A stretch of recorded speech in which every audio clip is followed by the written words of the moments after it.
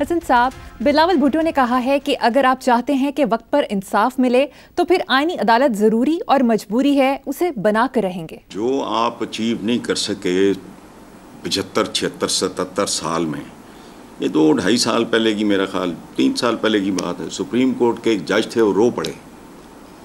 ان کے سامنے ایک پوتا کھڑا تھا جس کی داڑھی سفید ہو چکی تھی۔ وہ انصاف، ان کو انصاف اپنے لیے کو چاہیے ہو تو مجھے نہیں پتا، لیکن دیکھو یہ نہیں ہوگا، یہ نہیں ہوگا۔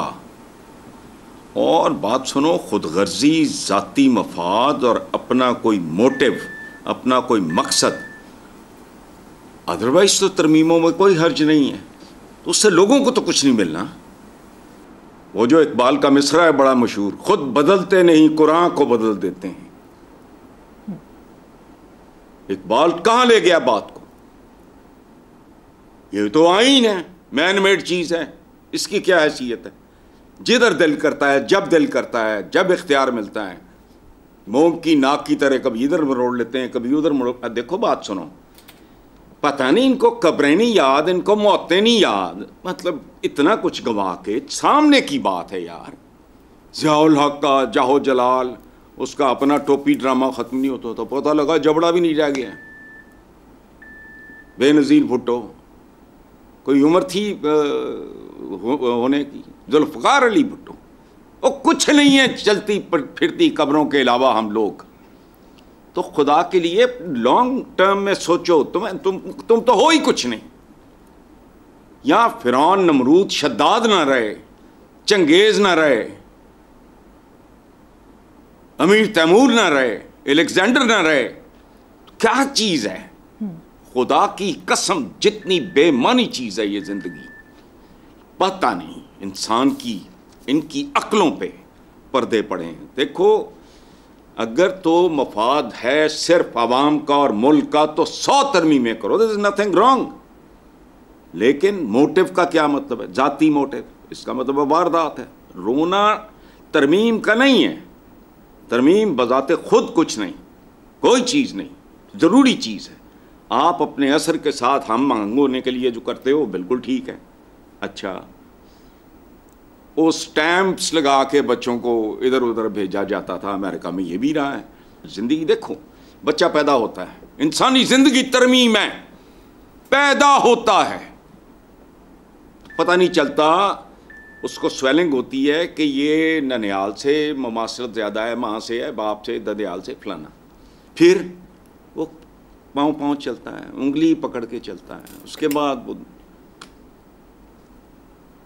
بڑا ہوتا ہے، ذرا لڑکپن میں آتا ہے، ٹین ایج میں آتا ہے، اس کے بعد جوانی، پھر بھرپور جوانی، اس کے بعد ادھیڑ عمری، پھر بڑھاپا، پھر موت۔ پیدا کرنے والے نے موت ساتھ لکھی ہوئی ہے۔ تو ترمیم میں there is nothing wrong۔ ایک بیج کیا ہوتا ہے؟ ایک سیڈ کیا ہوتا ہے؟ وہ پورا جنگل ہوتا ہے۔ اس ایک بیج سے ایک درخت پروان چڑھتا ہے، اس درخت میں سینکڑوں بیج ہوتے ہیں، ہزاروں، لاکھوں۔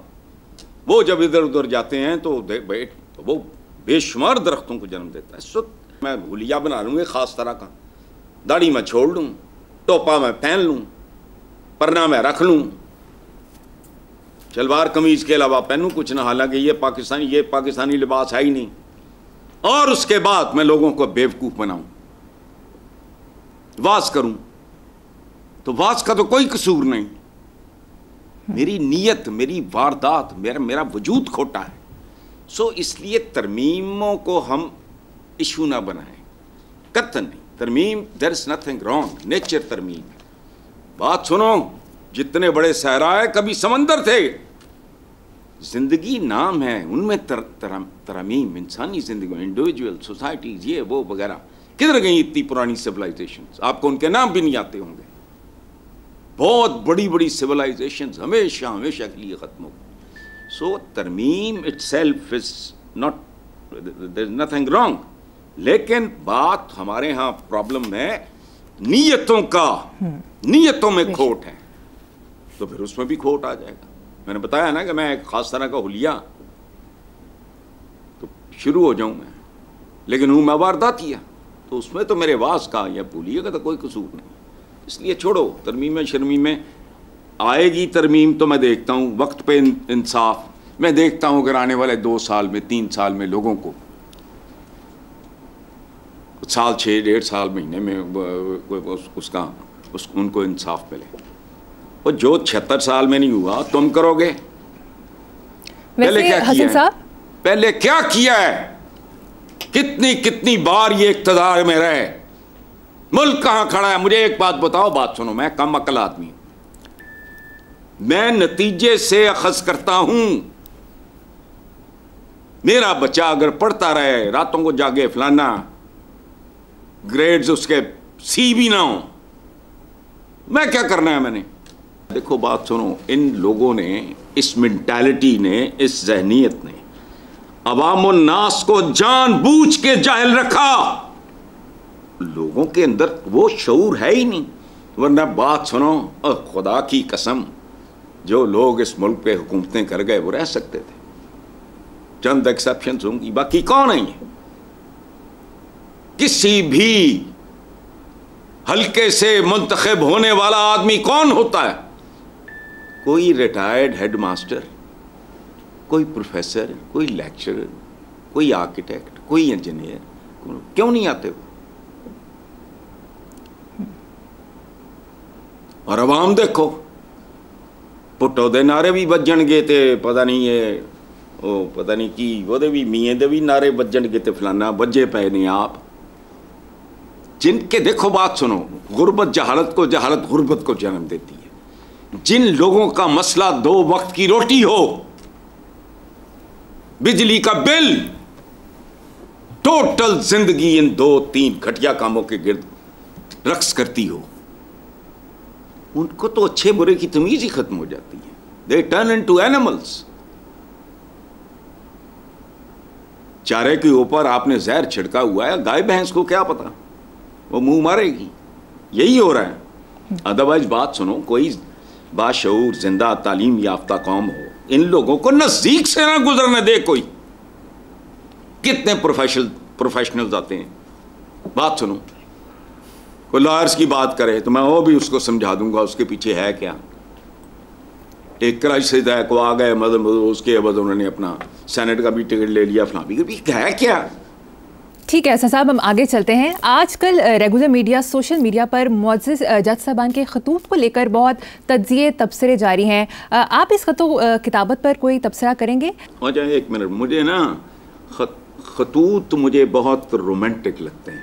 اچھا. ان کے بارے میں کہا جاتا تھا یہ آدھی ملاقات ہوتی ہے. میری اپنی کتاب ہے, میں جو ملک سے باہر تھا تو I use to regularly write to my family کہ آدھی ملاقات. یہ بڑا رومانٹک, جیسے ہمارے ہاں بڑے بڑے مشہور خطوط ہیں.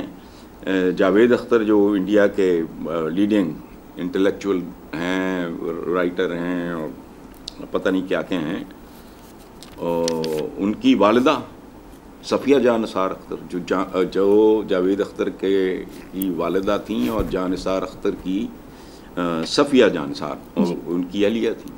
ان کے خطوط ہیں, سبحان اللہ, غالب کے خطوط ہیں. اچھا, میرا رومانس ہے, میں تو اداس ہوتا ہوں. اب مجھے وہ نظر نہیں آتے وہ خط ڈالنے والے ڈبے, تو آئی مس دم. میں نوسٹالجیا کا مریض ہوں تھوڑا. وہ مجھے گیت یاد آتے ہیں, ڈاکیا ڈاک لایا تو واسطائی رب دا تو جاویں وے کبوترا, چٹھی میرے ٹول نو پہنچاویں وے کبوترا. ہوں جو ٹول جڑا ہے وہ سیل فون تے ایک نہ بھی گل کرتا ہے, دوجی نہ بھی, تیجی نہ بھی, چوتھی نہ بھی. وہ جڑا ہوں چٹھی چٹھی والا تے کم گیا. اور یاد رکھنا یہ گیت ہے بابا چشتی کا. انہوں نے میرے بھی سلطانہ ڈاکو 1-2 فلموں میں نے بھی گیت لکھے تھے. تو جب یہ ان کا گیت آیا نا, واسطہ ہی رب دا تو جاویں وے کبوترا, چٹھی میرے ٹول نو پہنچاویں وے کبوترا, تو تہلکہ مچ گیا تھا پورے بر صغیر میں. تو جو بندہ مبارکباد دیتا تھا بابا چشتی مرحوم کو, تو وہ کہتے تھے کاکا حالے تو میں ایک کوئی کبوتر چھڑیا ہے. سو یہ خط بازی ٹھیک ہے, لیکن ایک اور سنو. ہائے ہائے جی. خط کبوتر کس طرح لے جائے بام یار پر, خط کبوتر کس طرح لے جائے بام یار پر, پر کترنے کو لگی ہیں کینچیاں دیوار پر. واہ یہ ہماری شاعری دیکھو کہ کیا تخیل ہے. سبحان اللہ. مایا ہنسی بھی آتی ہے رونا بھی آتا ہے. خط کبوتر کس طرح لے جائے بام یار پر کترنے کو لگی ہیں کینچیاں دیوار پر. پھر شاعر خود سلیوشن پیش کرتا ہے. بس یہ کچھ ہی کر دے رہے ہیں. خط کبوتر اس طرح لے جائے بام یار پر, خط کا مضمون ہو پروں پر کٹیں دیوار پر. جب اس کے پر کٹ جائیں گے تو خط پہنچ جائے گا محبوبہ تک, یا جو بھی ہے, کوئی ساتھی ہے یا فلانا ہے, کوئی مخبر ہے, جو بھی. تو یہ جو خطوط فلانا و کتابت ہو رہی ہے, مجھے یہ ایک بات بتاؤ, مجھے ہر اس چیز سے چڑ ہے. ایک عجیب طرح کا میرے اندر کراہت محسوس کرتا ہوں میں. کوئی چیز جو الٹیمیٹلی عوام کے سکھ سکون اور ان کی عزت آبرو, ان کی بڑھوتری, ان کی گروتھ کے لیے استعمال نہیں ہوتی, میرے نزدیک بیکار ہے. اور یہی کچھ ہو رہا ہے. کئی رنگ ہیں, کئی ڈھنگ ہیں چیٹ کرنے کے, لوگوں کو بیوقوف بنانے کے. یہ سارا ہو گیا جیسا ملک آئین سے پہلے تھا, آج اس سے بھی بدتر ہے. اچھا آئین ویجدہ کی ہے تو چھوڑو ہمیں, پتہ نہیں کبھی کوئی ڈھنگ کا بندہ کوئی نصیب ہونا ہے کہ نہیں ہونا, کوئی مصطفیٰ کمال یا کوئی اس طرح کا کوئی, آئی ڈونٹ نو, مجھے نہیں پتا. باقی یہ ساری ایکسرسائز ہے, بس چلتی رہتی ہے.